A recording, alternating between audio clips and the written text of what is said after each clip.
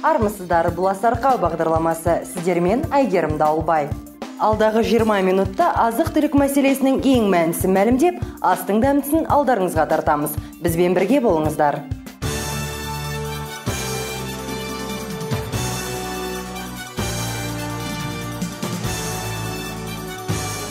Біз талдаймыз және инвестициялаймыз. Ең перспективалы бизнес жобалар, қазіргі заманғы технологиялар, ауылдағы ең ірі жобалар, жұмыс беретін мыңдаған қазақстандықтарға біздің елімізді байытар. Қазагроқаржы, ауылда нақты қолдау. Бағдарламамыздың бас демеушісі Қазагроқаржы акционерлік қоғамы. Агроөнеркәсіптік кешен жобаларын қаржыландыру арқылы біз еліміздің азық-түлік қауіпсіздігін қамтамасыз етеміз. Бүгінгі бағдарламада көшеттен қоймаға дейін оңтүстік шаруалары осындай ұстанымға көшті. Сұйықмай су татса қайтесіз, тұтынушыға құлақ қағыз. Сыбаға мен сиыр ал, пайда соның көл көсір. Әнші ас пісірсе, ас үйде әуен тербер. Нарық заңдылығынан айналып өту қиын, бірақ тәжірибе жинап келіп, жаңа заман талабына төселуге болады. Бұл қағида аграрлық салаға да қатысты. Мәселен, Шымкент қаласының іргесінен жаңа нысан бой көтерген.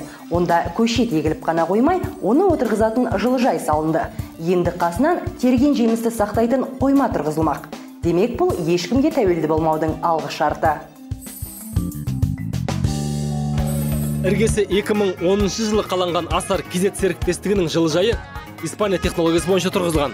Мұнда өсімдіктің өсіп-өнуіне қажетті барлық микроклимат жыл 12 сақталады. Жылыжай аумағы 2 гектар. Оның 1 гектарына қызанақ пен қияр егілсе, екіншісіне көшет тігілуде. Егілген кезде мынау қияр или көкөніс егетін болсақ, 1 гектардың өзінде 36 мың дана кетеді. 36 мың. Бір жылда 72 мың дана кетеді. Содан енді түсетін өнімі 272 мың тоннадай. Әу баста көшетке шығынданғанша көкөніс тұқымын әзірлеп, көптің қажетін өтейік деген ой болған. Бұл мақсат қазір орындалып келеді. Бір маусымның өзінде жылыжайдан 2 миллион түп, ал жылына 4 миллион дана көшет өндіріледі. Серіктестік қызанақ пен қияр көшетінің әр келісін 400-450 теңгеден саудалағанның өзінде бір маусымда 140 миллион теңге табыс таппақ. Демек, Қазагроқаржы алған несиенің бір ширегін осы көшет өндіріс арқылы өтеуге болады. Жылыжай құрылысына Қазагроқаржы компаниясы 247 миллион теңге қаржы бөлді. Бұл қаржы 6% үстемемен 8 жылға берілді. Ал жеңілдік мерзімі 2 жыл. Осы 2 жыл ішінде серіктестік серпінді еңбек етуі тиіс. Биыл қаңтарда 272 тонна қызанақ терілген.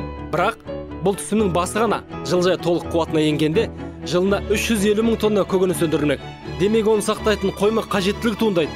Осыны ескерген Қазагроқаржы компаниясы серіктестік басшыларының ұсынысын қолдап, тағы 489 миллион теңге қаржы бөлген. Тоңазыту жабдықтары Голландиядан әкелінді. Қоймадағы өнімнің сапалы әрі ұзақ мерзімде сақталу үшін мұнда барлық жағдай жасалды. Сондай-ақ сорттау цехы да осы жерде орналаспақ.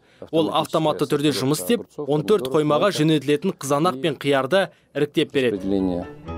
Қазір құрылысы қызу жүріп жатқан көкөніс сақтау қоймасының сыйымдылығы 5600 тонна. Оған қоса 600 тонна өнімге арналған тоңазыту камералары іске қосылмақ. Демек, Асар серіктестігінде өндірілген көкөніс бірден саудаланбаса да құнын жоймайды.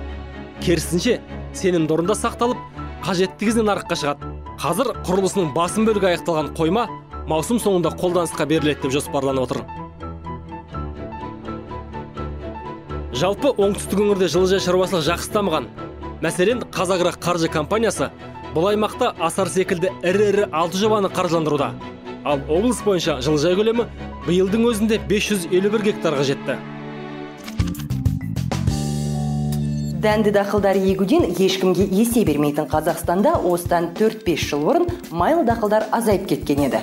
Азайғаны сол, нарықтағы сұйық майдың бағасы бір маусымда шарықтап шыға келген. Ал бүгінде ондай қиындық жоқ. Бірақ дүкен сөрелеріндегі сұйық майдың көлемді бөлігін импорттық өнімдер құрап отыр.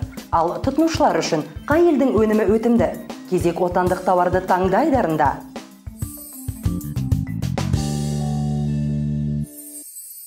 Өсімдік майымен тек тағам әзірлеп қана қоймай, одан әртүрлі косметикалық өнімдерді де дайындауға болады. Әрине, егер майдың сапасы жоғары болса. Дүкен сөрелеріндегі импорттық майлардың алуандығына қарамастан, қазақстандық зауыттардың өнімі отандық нарықта бірінші орында келеді. Ендеше қазақстандық тауар тұтынушыларды несімен баурап алды? Елімізде өсімдік майы өндірісі қарқынды дамып келеді.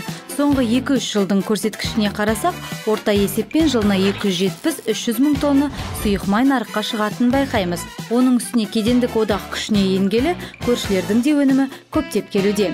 Демек, тұтынушының таңдау аясы кеңіді. Әрине өзіміздің қазақстандық майын сатып аламын. Біріншіден ол тағамды дәмді жасайды, екіншіден оның иісі жоқ, үшіншіден бағасына сай, сапасы өте жоғары. Қазақстандық өзіміздің өсімдік майын қолданамын. Әрі дәмді, әрі таза, әрі ұнамды. Маркетингтік зерттеулерге жүгінсек, Қазақстан халқының 99% өсімдік майын тұтынады, ал оның 47,9% күнделікті тағамдарын майдың тек осы түрімен ғана әзірлейтін көрінеді. Жалпы өсімдік майын күнделікті пайдаланудың ағзаға тигізер әсері қандай? Ең басты міндеті энергия көзі. 100 грамм сұйық май, өсімдік майы 900 килокалорий энергия береді. Өсімдік майы тек қуат беріп қана қоймай, ағзадағы зат алмасу процесін реттейді. Адам бойындағы бой күйездікті жойып, қартаю үдерісін тежейді. Себебі оның құрамында А, Е және Д дәрумендері көп. Сондай-ақ өсімдік майы қандағы холестериннің көлемін азайтады. Майдың өзі тазартылмаған натура түріндегі май болады, және оны тазартылған рафинированный дейміз, сосын дезодорированный дейміз, жаңағы иісін жояды, оның барлық қоспалардан ажыратып тазартады. Оның себебі жаңағы көбірек сақталу үшін жасалатын нәрсе. Бірақ та осындай өңдеу нәтижесінде біз сапалы организмге қажетті ең пайдалы нәрселерден айырылып қаламыз. Бүгінгі таңда еліміздің өнеркәсіптері мен май шығаратын зауыттары халық сұранысының 75-80%-ын қамтамасыз етіп отыр.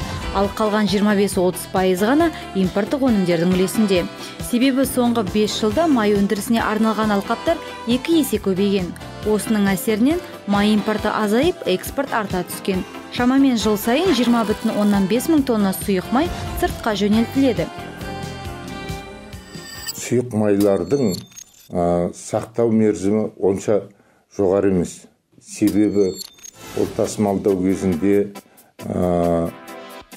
қатты суық кезінде олар жаңағы өзінің структурасын бұзады. Сондықтан өз отандық өндірушілердің өзіміздің елде өндірілген майларды таңдаған дұрыс деп есептеймін.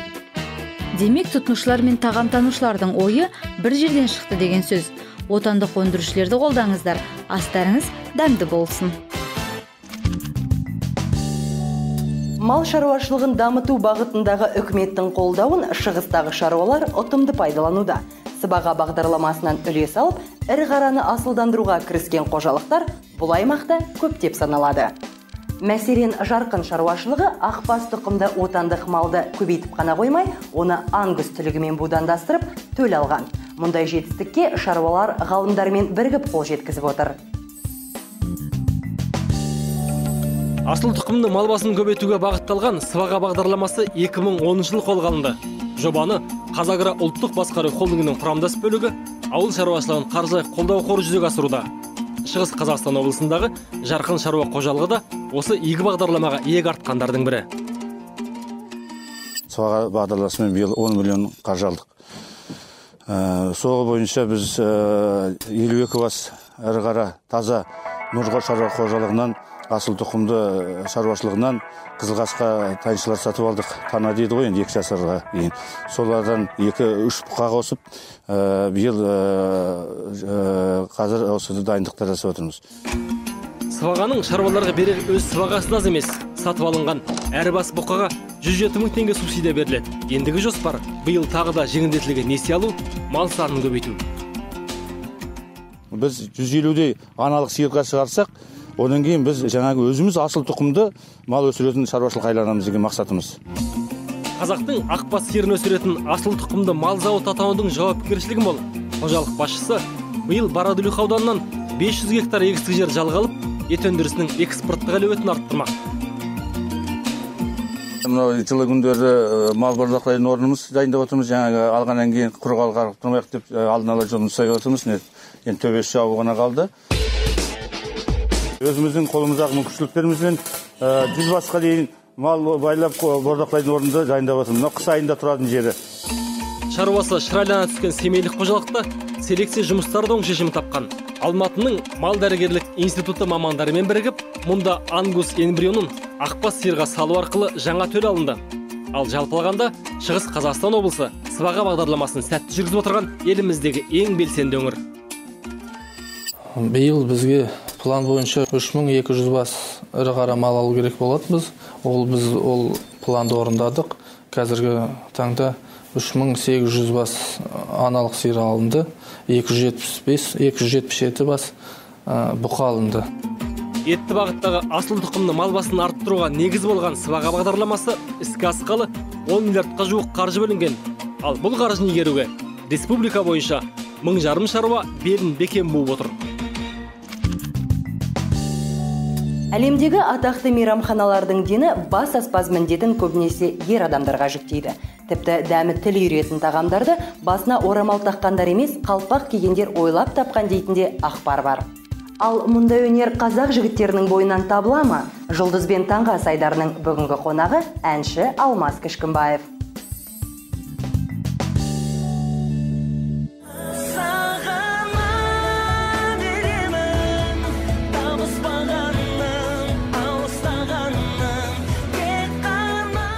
Алмас, сәлем, аз арқаға қош келдіңіз. Сәлем. Қандай тағам әзірлейміз бүгін? Бүгін нағыз таңғы ас клаб сэндвич дайындайтын боламыз.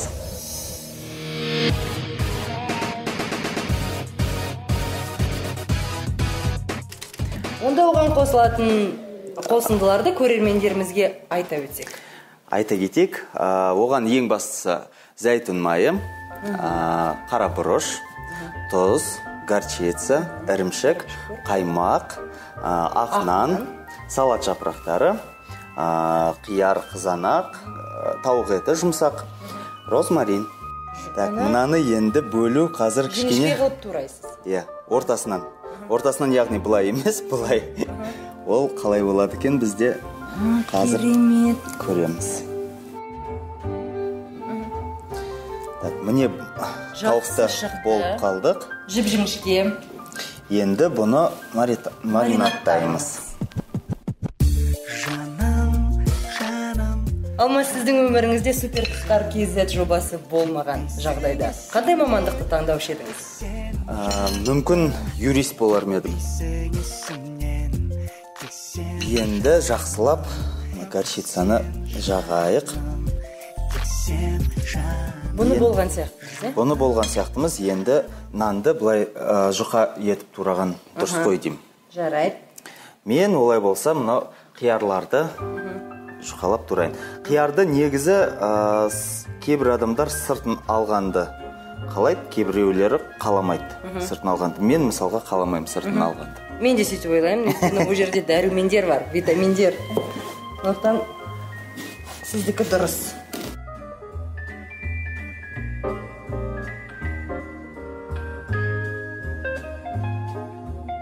Мен қиярды турап болдым.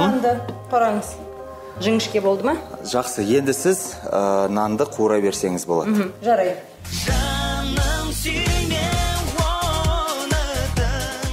Қызанақты болдық. Нанды салып қойдым. Енді не істейміз? Енді біз нанды күтеміз. Нанның қуырылып болғанын күтеміз. Менің ойымша, мына ірімшікті де... Иә, ірімшікті де турап қояйық дайындап.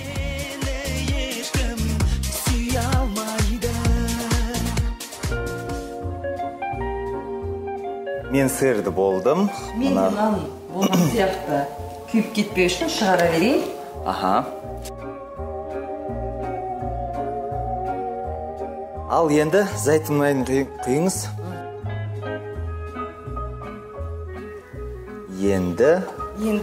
Енді біз мына розмаринді саламыз. Екеңіз. Иісі керемет. Алдық. Енді жақсылап тұрып тауықты салайық. Тауықты қуырамыз.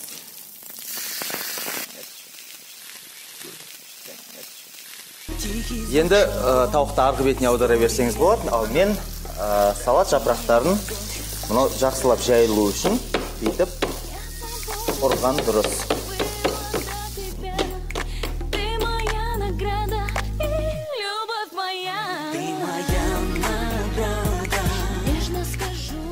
Ал енді нанға қаймақ жағайық.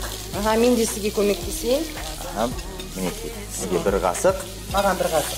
Маған бір қасық. Онда жағуды бастайық.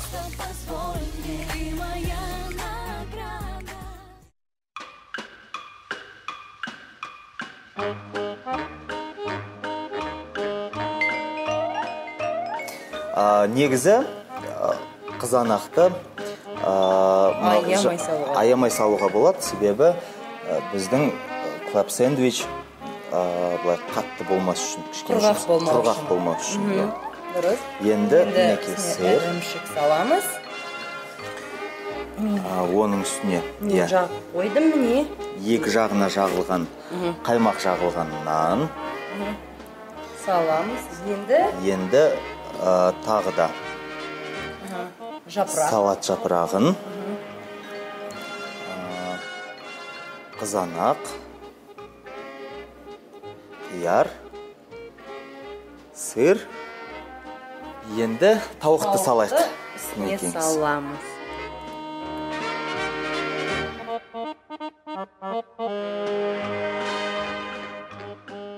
Енді таяқшалармен екі жақтан қадаймыз. Барлығы көрініп тұр деген ойдамын сіздерге. Енді дәл осыны алып екіге бөлеміз.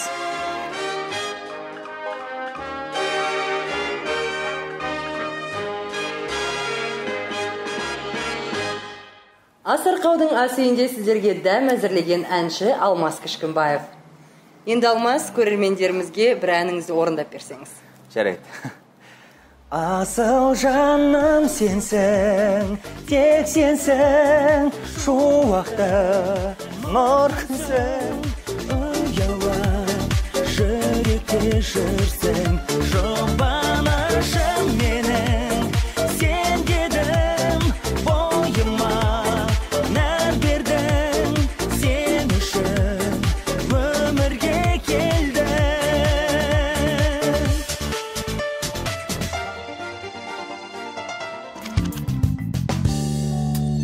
Бағдарламамыздың бас демеушісі Қазагроқаржы акционерлік қоғамы. Агроөнеркәсіптік кешен жобаларын қаржыландыру арқылы біз еліміздің азық-түлік қауіпсіздігін қамтамасыз етеміз. Сіздер Асарқау бағдарламасын көрдіңіздер. Студияда болған Әйгерім Дауылбай. Айтпағымыз осымен тәмам. Келесі Асарқауда кездескенше дастархандарыңыздан дәм үзілмесін.